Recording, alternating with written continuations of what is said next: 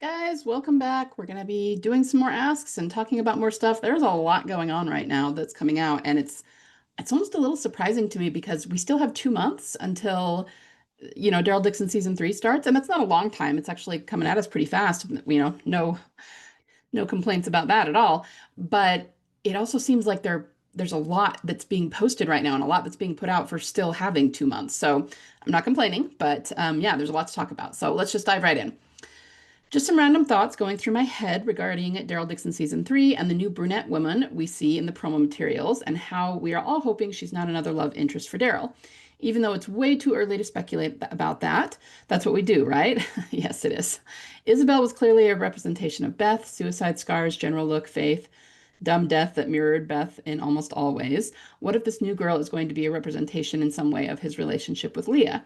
Leah, if everyone remembers, was not originally blonde. That happened when we saw her the second time magically. So she could be a representation of a toxic relationship Daryl had. Anyway, not much to my theory yet until we can get an actual episode, but I thought it was interesting to ponder about. Yeah, it is. I mean, yeah, we have really no idea what his relationship with any of the characters is going to be. So unless we have more evidence, I don't really want to speculate that she's a romantic possibility for him at all, because it really may not even be that. She may just be another character, that it just he'll be her acquaintance and that's pretty much it. But yeah, I mean, that would definitely be interesting. So once we start getting episodes, we'll have to be on the lookout for that. So yeah, really an interesting idea. Thanks for sending that in. So in more random Bethelness, the official AMC Spain account posted a Bethyl edit. According to the Google Translate, it says, I should have taken more photos of you when I had you. Excuse me while I go cry. Okay, I'm going to pull this up for you guys. So it's this one right here.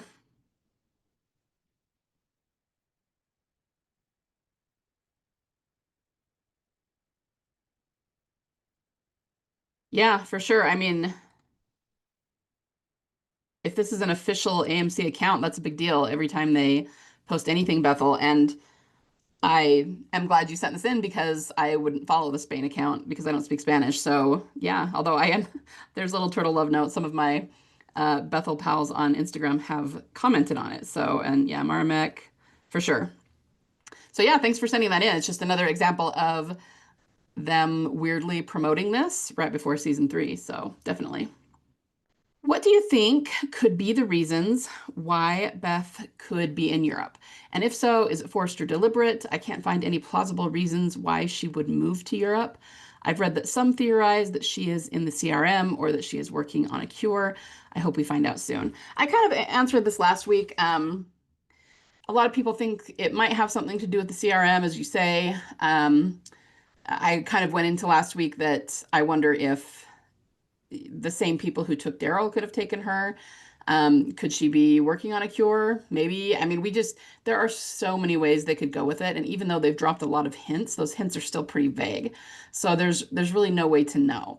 I personally don't think she would have gone there, like, I don't want to say willingly, but like, I don't think she would have chosen to go there necessarily because I think she would rather just probably stay in the States, which is her home. But we don't know for sure.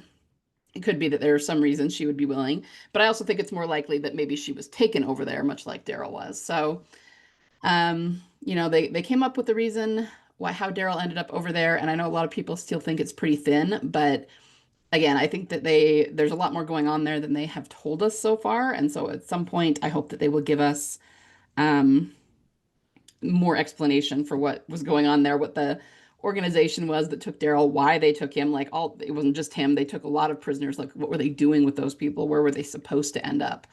All of that. But we don't know. We'll just have to wait and see, basically. Do you think the interviews Deanna did when the group arrived at Alexandria will have a relevance later on, or is it a narrative moment that ends there? It's as if certain parts were omitted on purpose. I don't know. I remember this being talked about a lot back in season 5, and that people thought there were more interviews. And, we were trying hard to, of course, relate the symbolism to Beth and all of that. Personally, I don't know if these are going to be a thing. I mean, if I could very well be wrong, but they just didn't jump out at me as something that was overly important. I felt like a lot of it was, I mean, it was plot and it was symbolism for individual characters. So, Um, there was probably a lot of foreshadowing in Rick and Deanna's interview about what was going to happen down the road, especially because Deanna didn't survive long term or even very long at all after that.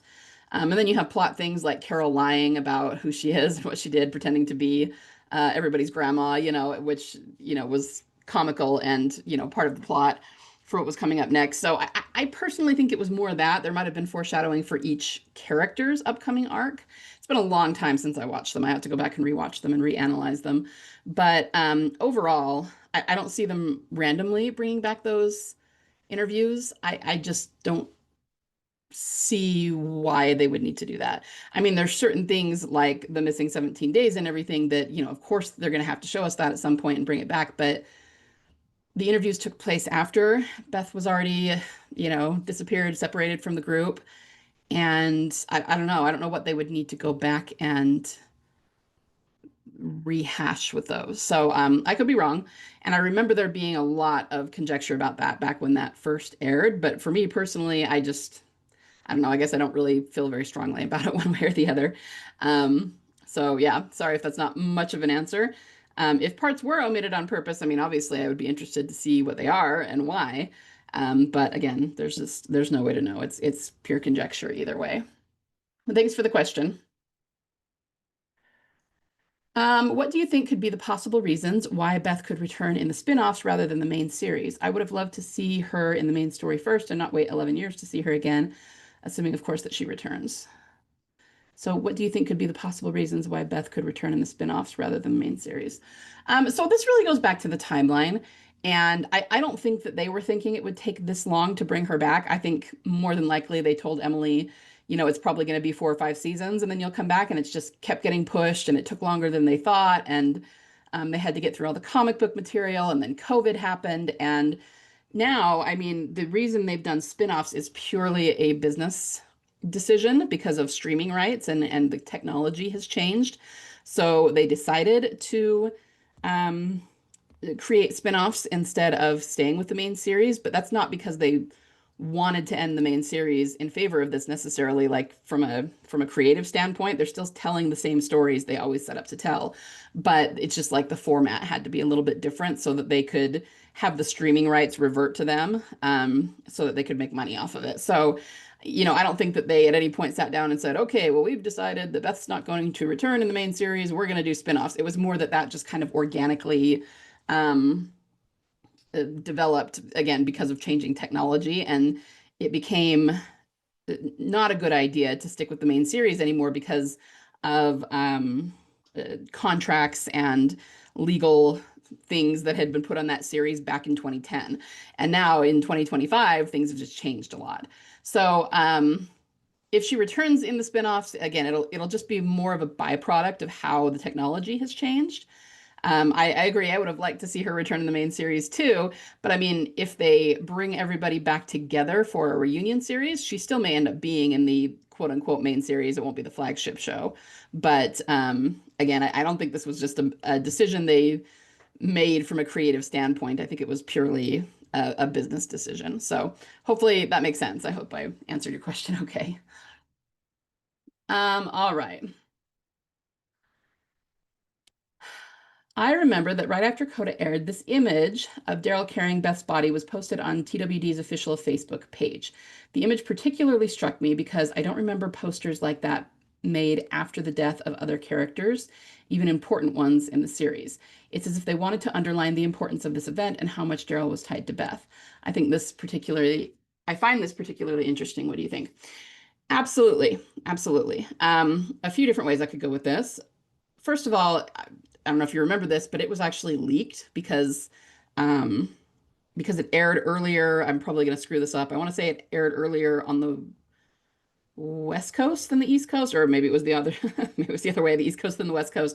So there was a part of the country that had not seen the episode yet because it airs a few hours later, and they leaked this. So there was a huge chunk of the fandom that saw this picture before they'd actually seen what happened in Coda, before they knew that Beth got shot and everything that happened. And people were really angry about that, which I don't blame them for in the least. But that always to me seemed very contrived. Oh, whoops, we accidentally posted this too early. I mean, that doesn't happen. They are way too meticulous about what they post on social media. I think they did it on purpose. And it was like part of the whole thing where they just really wanted everyone to know and believe that she had died. And again, I mean, you're absolutely right. Like they don't do this with anybody else. Plenty of characters we've lost over the years. None of their deaths were necessarily leaked. Yeah, I mean, in some characters' cases, when they used to do the spoiling dead fans, then they might get leaked. But not this way. Not by AMC, and certainly not by posting something like this.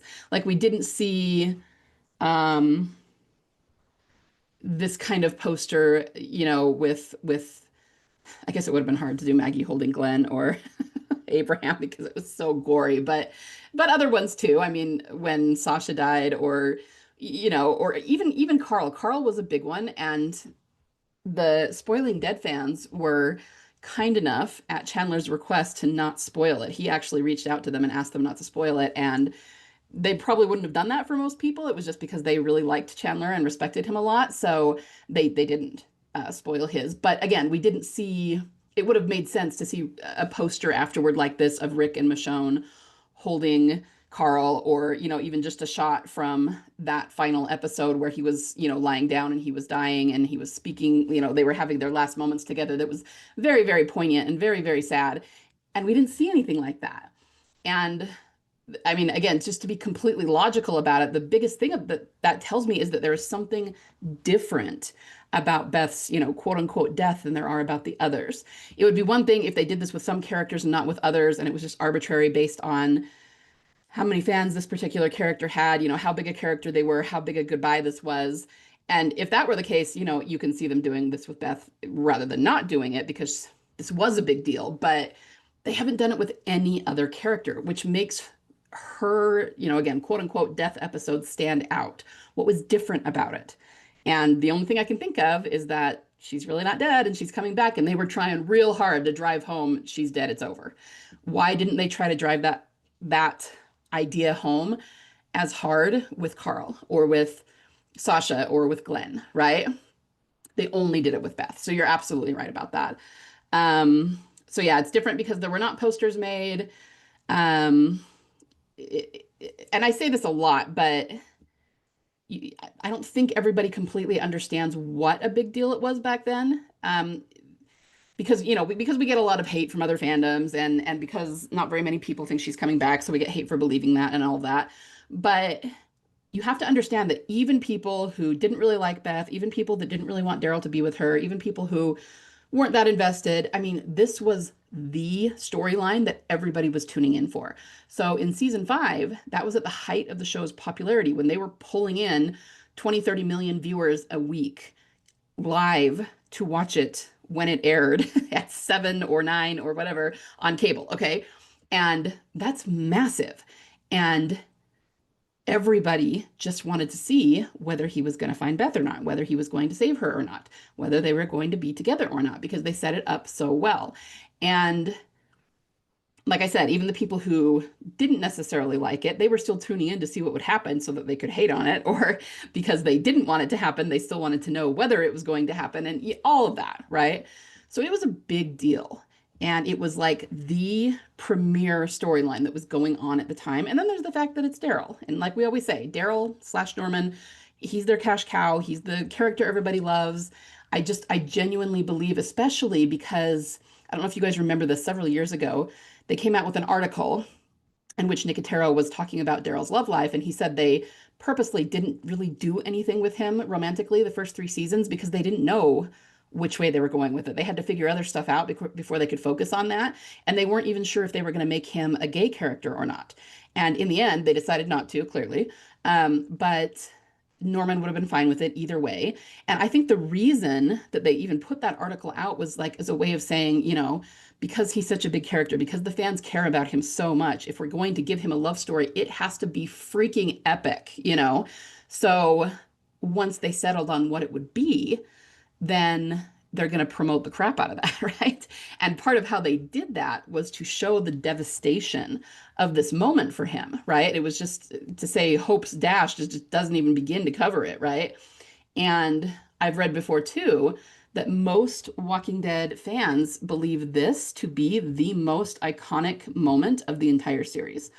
Even though it was sad, even though people either like it or didn't like it, they believe it to be the most iconic moment when he carries her out of the hospital. And that's over Glenn's death, that's over all of Rick's speeches, that's over anything. This is the most iconic moment of the entire series.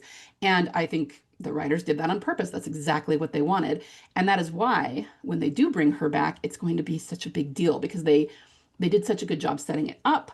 And then they did such a good job just ripping everyone's heart right out of their chest. And everyone's going to remember this. And people who have not watched the show in years are going to come back to see what happens. So, yeah, I absolutely agree with you here. There's so much that can be read into this poster and what they were trying to do with it. And I think they did exactly what they wanted to do in order to prepare for the twist. So, yeah, thanks for sending that in. I haven't actually looked at that in a long time. And every time I see it, it still makes me sad. So. All right, guys, I think I'm going to call it there for this video, but I will be back in a couple of days with more. Bye.